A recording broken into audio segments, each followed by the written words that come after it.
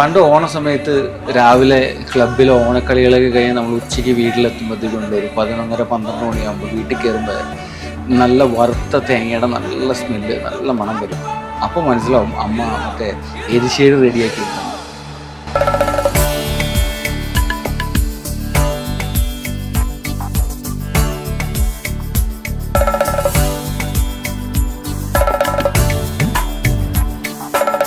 എരിശ്ശേരിയുടെ main ingredient എന്ന് പറഞ്ഞാൽ മത്തങ്ങ അല്ലാതെ അതിൻ്റെ കൂടെ വൻപയർ, പിന്നെ കുറച്ച് തേങ്ങാ പേസ്റ്റ്, പിന്നെ അവസാനം എരിശ്ശേരി റെഡി ആയി കഴിയുമ്പോൾ നമ്മൾ വറുത്ത തേങ്ങ, ഞാൻ ആദ്യം പറഞ്ഞ വറുത്ത തേങ്ങയുടെ സ്മെല്ലും അതുമാണ് എരിശ്ശേരിക്ക് ഏറ്റവും കൂടുതൽ ടേസ്റ്റ് തരുന്നത്.